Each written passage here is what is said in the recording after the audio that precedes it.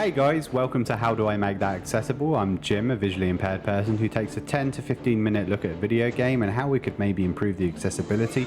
With a peripheral look, I don't go too deep into things or too deep into the research, but I'm happy to do that. If you want to see this game in future covered more deeply, please let me know in the comments. So without further ado, we're looking at Crusader Kings 3 today and the accessibility of it.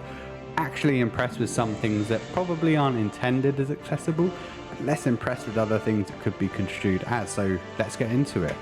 First of all, I'm going to zoom in. The menu's pretty good.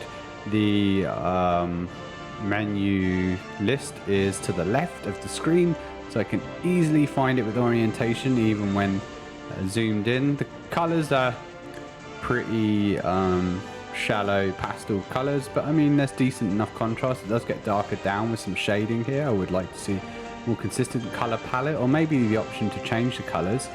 I'm just going to turn the music down. That's the credits button. That's the settings. The settings button is quite small and nondescript actually. I would have preferred to have a clearer button for it. But in the settings menu, again, it's shaded here. Not a big fan. I'd really like the option to turn that shading off, or maybe have some options to change colors. There's not really that much in terms of changing the UI. The main thing you may notice is that here we have UI scaling. So the UI scaling is 100%. It goes up to about 200%. And you may think to yourself, well, this is fantastic, Jim, because now we can make the UI larger for the game to engage with. I believe that this was added because people were complaining that when playing any of the Crusader Kings games on a laptop, it was too small. The screen just wasn't big enough, so they've added the UI scaling. And it has one of my pet peeves with accessibility, which is where they say, we have UI scaling, but it's untested. Basically what that means is they're bloating the UI and it's not planned for. So on a video game called Warhammer 40k Sanctus Reach, the UI was too small. So I went into the coding of the game and I changed it to make it bigger. And obviously I cannot change the UI design. So it just bloats everything beyond the boundaries. That's exactly what happens here. It's not a fully fleshed out feature so much as it is a general option. And the main issue that I have is bumping it up to 120% here. Let's go into new game, and the issue that we run into very quickly is that down here in the bottom right of the screen where I'm looking at some text, there's supposed to be a start game button here, which I can't select because the UI has been bloated so much. So you physically cannot start a game with it. So the argument of, well, it's intended for accessibility, no it isn't, and it doesn't work. So if that could be fixed, that would be fantastic, because then we could use it for our hopeful intended purposes. Other than that, there's not really any options with the UI. Can't change colors, which would certainly be nice. Contrast, nothing like that. Audio, pretty good. Decent amount of changes, as you can hear in the menu. We have audio feedback for selecting buttons, which is handy. We have hotkeys for escape, so that allows us to exit out, which is handy because we can't always find the button. And to be honest with you, tracking to locate the buttons can be a pain. It's much quicker and easier with hotkeys for everyone. I am happy with the sound settings. I'm able to change everything to where I can, and I am a visually impaired person as well as hearing impaired, so it's great for me. We've got the game options here. The one interesting thing to note that we'll be going into once we're actually into the game is the tooltip options. So as you can see here on the left, this little tooltip appears, and then if I leave my mouse on there, it stays up so I can go over it. But we'll go into the good and the bad with the tooltips, but generally speaking, fantastic. Other than that, in the game options, there's not really a whole lot. Pretty limited on options. I think the main options for Paradox Games, who the company that made this, is to change options to set up the game, how it's going to play out, how you're going to interact with it in terms of events and dynamics within it. We are going to go into the UI. I know that UI design for Paradox is a big pain, but we'll get deeper into that. The game in general, the layout here is pretty decent. I like that when I highlight over stuff, it makes it larger. When I select this king here, the petty king of Ireland, I believe. I wish they had the O'Donnell clan, my own, but what can you do?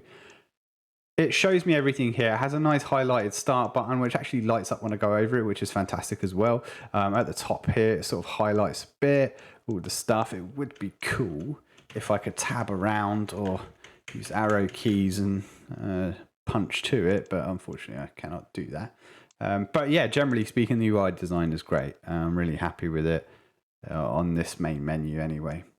Okay, let's jump in and start as a petty king of Ireland. We'll come into artwork. Typically there'd be music playing here, which I've cut down for the purposes of this video. Ooh, sounds to let me know stuff's going on.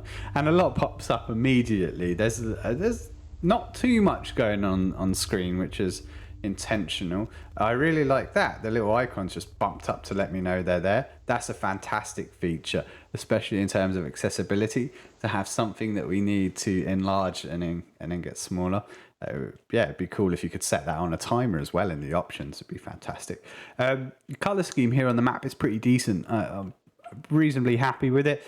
It shows different colors for the different countries and continents and factions, and it's pretty diverse in its color palette.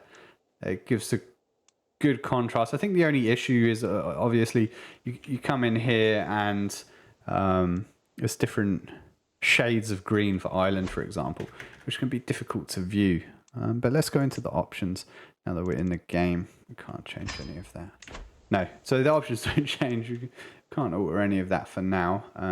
I know that if we went into closer, it changes to the border of it, but I know that there are map filters that you can put on that change it so that it remains with the color on, or shows you colors for different dynamics, like the religion or the country or continent, which is pretty cool. Yeah, generally speaking, color scheme's pretty good. I'm happy with that. I think most people would be, and there's enough options with the map filters to help you through with that. The next thing is the tooltips. So let's bring up our king here, going to the tooltip. So as I said earlier, I leave my mouse over it and then it highlights the tooltip. The issue is that bringing your mouse over the tooltip when it's not directly next to it actually gets rid of it, so I can't get to the tooltip quick enough to actually view it, which is no good. Which brings it into the second issue with it, that when you can reach it, like here, I've highlighted the tooltip, it's locked in, I can move my mouse over. The issue is that because I'm using a magnifier to actually read, so to show you how much I have to zoom in to comfortably read from where I'm sitting, I have to be in about here. The issue there is that I can quickly go over the edge of the box by accident because I'm zoomed in so close. There is a timer on the settings, which doesn't actually seem to do anything, unfortunately. I have played around with it in the 15 minutes I was playing with the game, and you're not able to actually change the tooltip to remain there when your mouse moves off of it. It would be really cool if you could do that. There is one thing that I think is great, which is there's an option to turn it on so that you click the middle mouse button and the tooltip locks in. So that way you can lock it in with the middle mouse button, but then it still disappears when you move your mouse off of it. It'd be great if you could lock it in with the middle mouse button and it stays there until you hit escape or hit the middle mouse button again. Would be really handy. Color contrast in the menus, it's okay. They've got some background art. It'd be nice. Again, for sighted people, it's fantastic to have these little fillers, these interesting little parts. It's the same in a print book or a PDF and a video game menu, where background art can be distracting to people with a visual impairment. And it's good to have the option to take it out of there and to just have flat background. Even some contrast for people with color blindness or other visual impairments would be really handy too. You know, it does add flavor to the game. You'll find with a lot of accessibility that it takes some of that flavor out of the game, but it's necessary for us to properly engage with it, and we're not that bothered about the visual components as much as you might think. The models for the characters are really cool though. The king here is moving around, looks like he's unmarried. That's unfortunate. But yeah, it's very dark. There's a lot of shading on things. The characters pop out, flags pop out. There's a little icon here like a heart that you can hover over. It's a bit too dark. It'd be nice if you could add that contrast, make it brighter. I mean, you don't have to have a myriad of options, you know, to go off on a tangent for a few minutes. Paradox has had a big issue with UI design in their past. I don't mean an issue that they're not good at it, but they've had the issue of creating a UI that the community are happy with, and any kind of community engagement is a situation where you're never going to be able to please everyone. And unfortunately, Paradox were in that situation where time and time again their games are criticized for the UI. They're damned if they do, they're damned if they don't. I'm certainly not damning them for their UI design, just bringing in the perspective of accessibility. I think the UI design they've got here is good, especially for a sighted person. It makes a lot of sense. The flavor there for a medieval kingdom, I think that's great. It'd be nice to turn on an accessibility option. So it doesn't necessarily need to be 500 options, which would be great, but it would be nice just to have the accessibility option. Turns off the background art, bumps up some of the color contrast, maybe looks a bit silly to a sighted person, but is easily engaged for us. I think the other cool thing would be to add in these little features to highlight some of these icons that maybe aren't apparent to other people. May help the new players to the game, which I know is another issue that Paradox face with. The games aren't always entirely accessible in terms of a new player perspective, as well as accessibility for a disabled person. So yeah, it would definitely be cool to have a bunch of options in that regard. Other than that, there's a lot of menus in here you can bring up. Again, it's the same colors for everything. They have a color-coded system at the side where the different icons that I'm clicking on here that's making the sounds, they have different colors to them. Maybe we could add a higher contrast to that, and then these colors could be represented on the panel. So I could associate a particular color with a particular icon. So the war icon, I believe, military is red. Does it have a red background or a red border or something to identify it in that regard that I am on the military tab. Again, there's cool artwork here. You know, replacing this artwork just with the simple statement of what this is, it would be good enough for a visually impaired person. Trying to incorporate the art into an accessible way is a very difficult task to take on, and for a game on this larger scale would be almost impossible. Having an overlay or just these tooltips is perfect. The tooltip here, it says click here to use it. Yeah, having a bit more info on stuff would be great, especially in the tooltip. I think that's a perfect solution, to be honest, without having an overlay on there. And within these tooltips, there's more tooltips. You can go in the tooltip, you can go in that tooltip, you can go in that tooltip, and it keeps bringing up more and more. Then you can go back by hovering your mouse over. As I said, it'd be great if I could just have the option to turn it on so I can hit escape, escape, escape, go back a tooltip at a time, and then bring up maybe what I need. I like the color contrast on stuff here, like in these menus for developing your character. It has this red overlay for the marshal, the military. It has this green overlay for the moneylender, the stewardship. I think that's really handy. If they could incorporate that heavily into the other aspects of the menus, that really change things up. Again, the hotkey works with the escape. That's fantastic. Let's talk about briefly someone using this game without functional vision. It'd be quite difficult to incorporate, but not entirely impossible. I think the main thing that you'd have to immediately acknowledge is taking away the map, which sounds fucking crazy because any sighted person watching this can see that the map is the majority of the game and the UI is mainly a border to it. Most of the UI, it seems like they want it half on the screen. The intention is that you're always over the map, you're always looking over your kingdom, and you're in the game. Yeah, that's great. But if you are able to incorporate more hotkeys in terms of navigation, I know there's hotkeys to bring stuff up at the moment, but hotkeys in terms of navigation would be handy as well. Being able to get around, having something to read it out. If money was no option and you had the ability to add something to read out to you in the game, you could add it as a core advisor that reads to you in the game. Maybe was it Civilization that had the advisor that would talk to you, having them read everything. Obviously, as I said, in my last video with Mecha Jammer, it's perfectly acceptable to have text-to-speech in the game, having a robotic voice there. We don't care as long as it reads out to us. That's fantastic. Having that option to turn it on or incorporate your own screen reader to do that for you, which is extremely difficult, but having the option in the game would be pretty cool as well. And yeah, navigating everything through the menus, it is possible to lay out the UI so that you could technically navigate everything via menu. You could pop everything up in events, which they currently do. It automatically pauses the game. It could read it out to you, the event. You make a choice and then you continue. You could technically play a game like that. You'd have to remove some of the more minute stuff and have it run in the background. There's a lot of micromanagement here that you need to change. So that sound there is pausing and unpausing the game. It's great. You've got a sound effect. You know what's going on. I can't always see the pause button, which is at the top of the screen.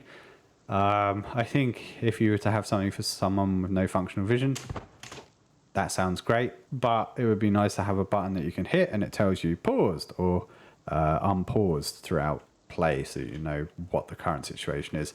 Being able to pause the game is great because then you can navigate all the different menus, figure out what's going on. As I say, all of these different aspects of the UI. If you could tab around, so I'm hitting tab, I'm jumping over everything, I'm moving to here, then I'm hitting enter and going into one of these options, and then within that I can tab around one to the next and read through those as well. Having headings would be great as well. Again, something difficult to incorporate, but having headers for recruitable soldiers is heading number 1. You hit that, and then heading number 2 is currently recruited soldiers, or so on and so forth. Having different headings to jump through the UI and get to where you need to go would be fantastic if that was an option in there. Linking them to the number key so that they can quickly jump from one to the next, having the game highlight it for you.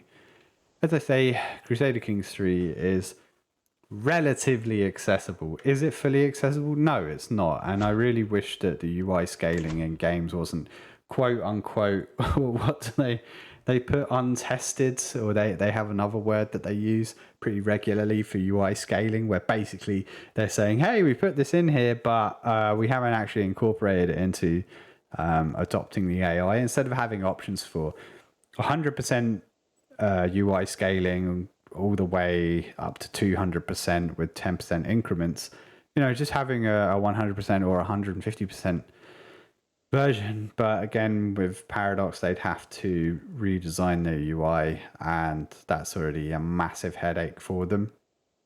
To be honest with you, if you, as a visually impaired person, this is not speaking for the UI scaling for the people using a laptop, but as a visually impaired person, if you were to blow up all the UI around the edge of the screen, so that I only had a sliver here in the middle, let's say 30% of my screen in the middle was actually the map, that'd be fine because I'm already zoomed in anyway. So if the UI is taking up the rest of the screen, that's great. That's fine. Doesn't bother me whatsoever. But yeah, I think that the UI scaling is a bit of a missed one. To end on a good note with my peripheral look over Crusader Kings 3 and the accessibility of it, I really like the tooltips. I think they're great. On the main map, they're not incorporated in the same way. I can't get this to lock in there. But in the menus, these tooltips are fantastic. They come up for stuff and lock in, and then I can, hover over it and it stays there. I think it's such a great and unique thing in the game. I know it was intended as general use, but from an accessibility standpoint, it's amazing. I'm really, really impressed with that. Good job, Paradox. This was my peripheral look at Crusader Kings 3 and accessibility in it. Happy with the sound design. The color schemes on the map are great. The UI, definitely room for improvement, but somewhat decent, not very accessible. Magnification on your own is fine. UI scaling doesn't work. The tooltips are fantastic.